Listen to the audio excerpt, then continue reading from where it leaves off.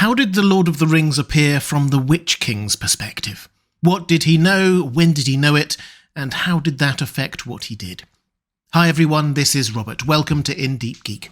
On this channel we cover The Lord of the Rings, A Song of Ice and Fire, and much more. Welcome. One of the most obvious but overlooked aspects of Sauron in The Lord of the Rings is that he largely stays where he is. From the beginning to the end of The Lord of the Rings, Sauron stays in Barad-dûr, which would make for quite a passive villain were it not for the Nazgul. It is they who pursue Sauron's agenda across Middle-earth, and they who provide the danger and jeopardy in the early part of the story. And even in the second half of the story, the Nazgul are there in charge of Sauron's army. And the leader of the Nazgul is the Witch King of Angmar. Although we often just think of him as the leader of the Nazgul and Sauron's lackey, we should take a moment to be clear that no one did more to prepare the way for Sauron's return at the end of the Third Age than him.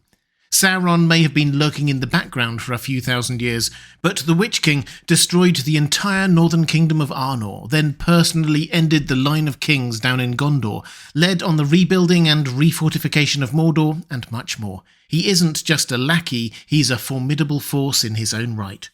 And just to clarify the relationship between the Witch King and Sauron, the Witch King, like the other Nazgul, is totally dominated by Sauron, completely in his command. Let's not beat around the bush on this one. But, and this is an important but, despite that control, the Witch King retains his autonomy of action.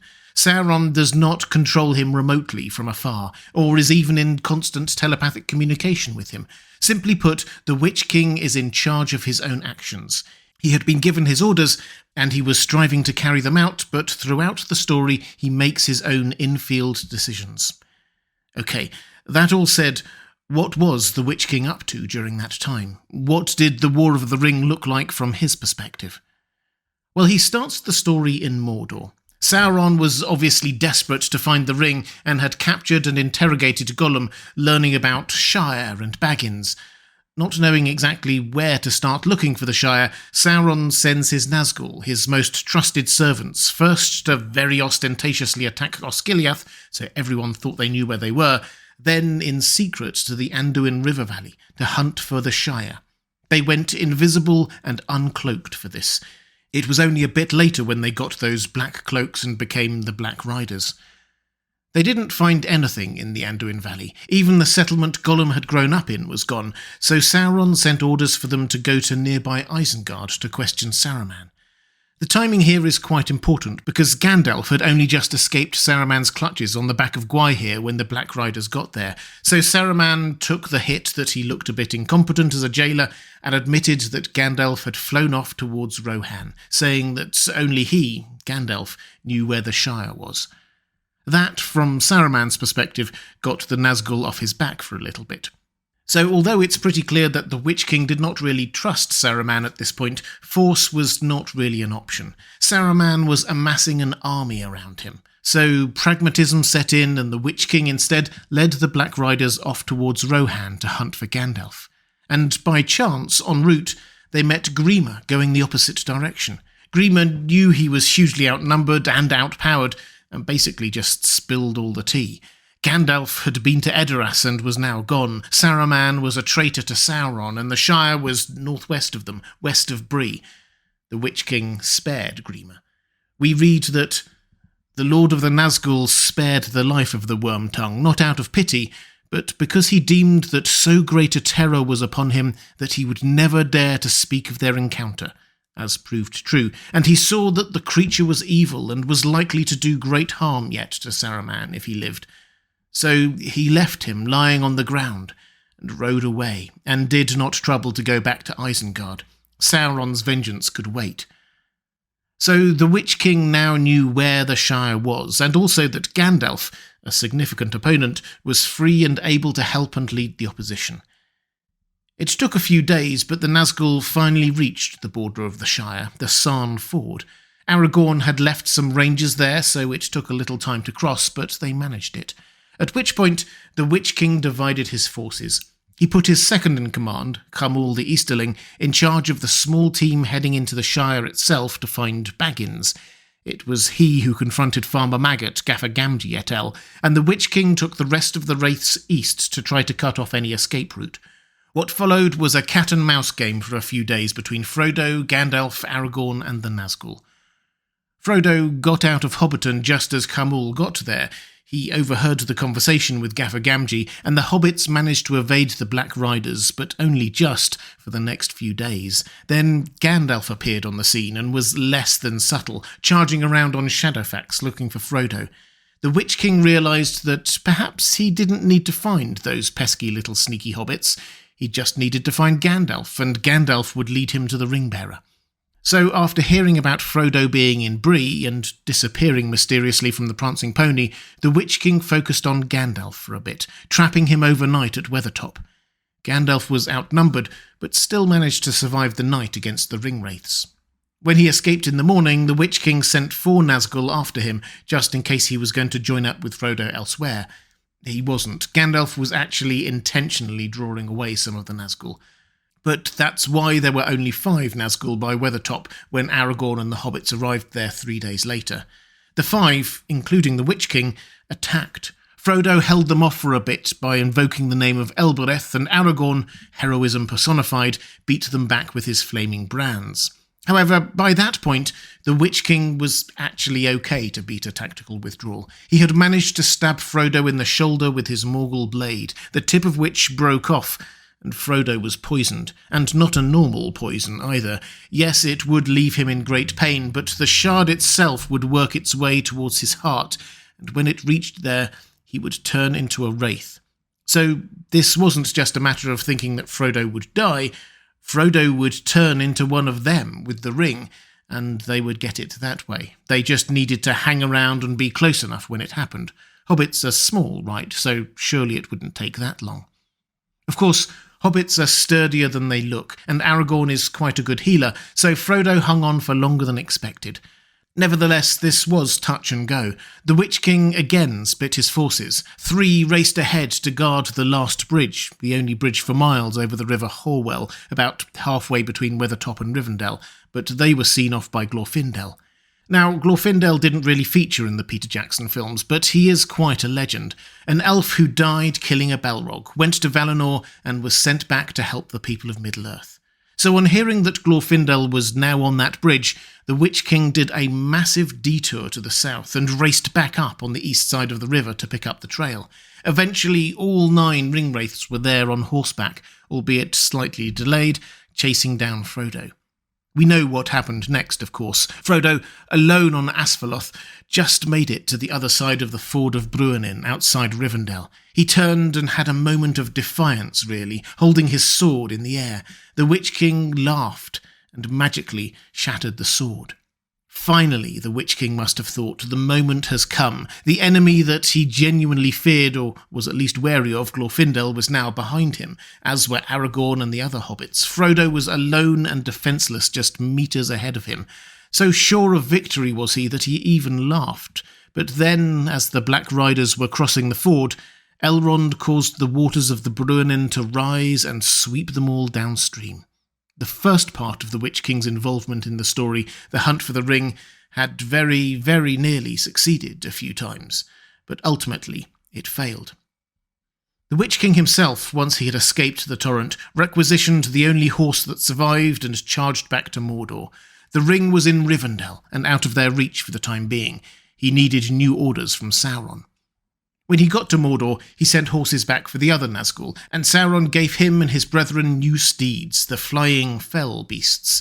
They were no longer to be incognito or anonymous Black Riders. Now they would be unleashed in plain sight to strike fear into the opposition, and the Witch King himself was to lead Sauron's army. Sauron gave him, we learn in one of Tolkien's letters later, added demonic force at this point. The Witch King didn't know it, but at the moment he led the army out from Minas Morgul, the ring was actually there, close at hand once more. Frodo and Sam were just outside Mordor and trying to get in as he was heading out, and the Witch King, we are told, paused for a moment, troubled, sensing some other power in his valley. Frodo felt a great urge to put on the ring, presumably coming from the Witch King, but resisted, holding on to the phial of Galadriel and its true, pure light. and the moment passed. The Witch King carried on with his army. The question of why he didn't do more is one that has caused much debate, but the consensus seems to be that Sauron, and by extension the Witch King, were convinced that the ring was at or on its way to Minas Tirith. The idea that someone might try to destroy it had simply never crossed their minds, so the Witch King, probably confident in his powers and having tested the strength of the ring-bearer to not put on the ring if the ring-bearer were there, decided to do what his master commanded: take the army to Minas Tirith. With his army, he took Osgiliath without much resistance, then headed on into the Pelennor fields. All resistance was just brushed aside. As well as huge superiority in numbers, the army of Mordor had fear on their side. All the Nazgul, but particularly the Witch King, brought with them an aura of fear that made defenders scatter before them. Almost without pausing, they laid siege to Minas Tirith. This wasn't one of those sit around outside and try to starve them out kind of sieges. The Witch King was in a hurry. He may not have been able to anticipate Aragorn arriving from the south, having been through the paths of the dead, but he will have been very aware that Saruman falling meant that the Rohirrim would soon be on their way to help Gondor to honour their ancient treaty. He wanted to capture the city before they arrived. Siege weapons were used, and he magically enhanced Grond, that huge battering ram, enabling it to break down the Great Gate. At which point we get quite an insight into the Witch King's state of mind. He insisted on being the first person in his army to pass through the gateway. Gandalf stood before him, barring the way, and we read this. The Black Rider flung back his hood, and behold, he had a kingly crown, and yet upon no head visible was it set. The red fires shone between it and the mantled shoulders, vast and dark. From a mouth unseen there came a deadly laughter. "Old fool," he said, "old fool, this is my hour. Do you not know death when you see it? Die now and curse in vain." And with that he lifted high his sword, and flames ran down the blade. Given what was to come, this is hubris at its highest, but from his perspective, his confidence is understandable. Minas Tirith was the greatest stronghold humans had, the symbol of defiance against Mordor. The Witch King had personally led a campaign over literally millennia to weaken the kingdom, and now it had fallen. Its steward was mentally broken, one of his sons dead and the other incapacitated in battle. The southern fiefs had been prevented from bringing aid by attacks from Umbar. There was no sight of Theoden and the Rohirrim, and now, with a hugely superior army at his back, he had stepped foot into Minas Tirith as a conqueror. Yes, everything was going to plan. So he laughed in Gandalf's face. Then Rohan came to Gondor's rescue, unexpectedly quickly. This must have felt like an unwelcome distraction at worst, but the Witch King knew he was needed back out on the battlefield, so he got onto his fellbeast and tried to take control of the situation. His target was Theoden, king of the Rohirrim. The thinking here seems straightforward enough. Get rid of their leader and the rest will become demoralised quickly enough. This wasn't their homeland they were fighting to defend now, and they will have been tired by the long ride and battle they'd fought just days earlier at Helm's Deep. And to be fair to the Witch King, Theoden was killed while he attacked. Not by him personally. A dart hit his horse, which reared up and fell on him, crushing him. The Witch King landed and, proud as always, advanced to land the killing blow himself. He was opposed by Dernhelm, Eowyn, while Merry crept up behind him with that ancient magical blade, and we know what happened next. Merry stabbed him in the back of the knee, sundering the magic that bound his soul to this plane, and Eowyn drove her sword into him, ending his black reign. I'll do a whole other video on exactly what happened there if you're interested, but here it's worth thinking about the Witch King's perspective on what happened. We noted a moment ago the huge confidence and pride that he was showing at this point, and to be fair, he was always quite a lot like that, but here especially so, and it was still the case when he started to take on Eowyn, who was disguised as a man at the time. It was only when she revealed herself to be a woman that his mood seemed to change.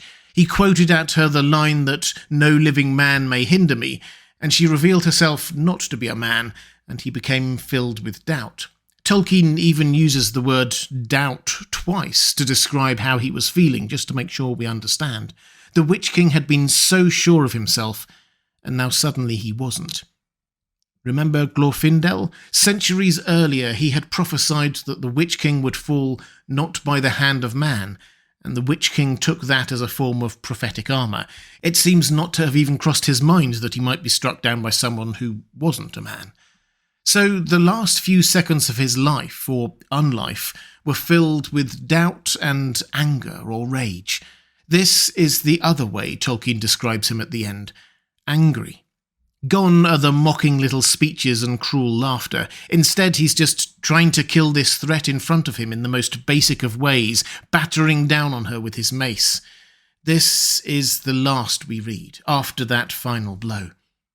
The crown rolled away with a clang. Éowyn fell forward upon her fallen foe. But, lo, the mantle and hauberk were empty. Shapeless they lay now on the ground, torn and tumbled, and a cry went up into the shuddering air and faded to a shrill wailing, passing with the wind, a voice bodiless and thin that died and was swallowed up and was never heard again in that age of this world. The Witch King left this world wailing into the wind. I suppose there is an irony here that the dismay he had intended to sow into the hearts of Rohan's army by killing their leader instead happened to his own army with his death.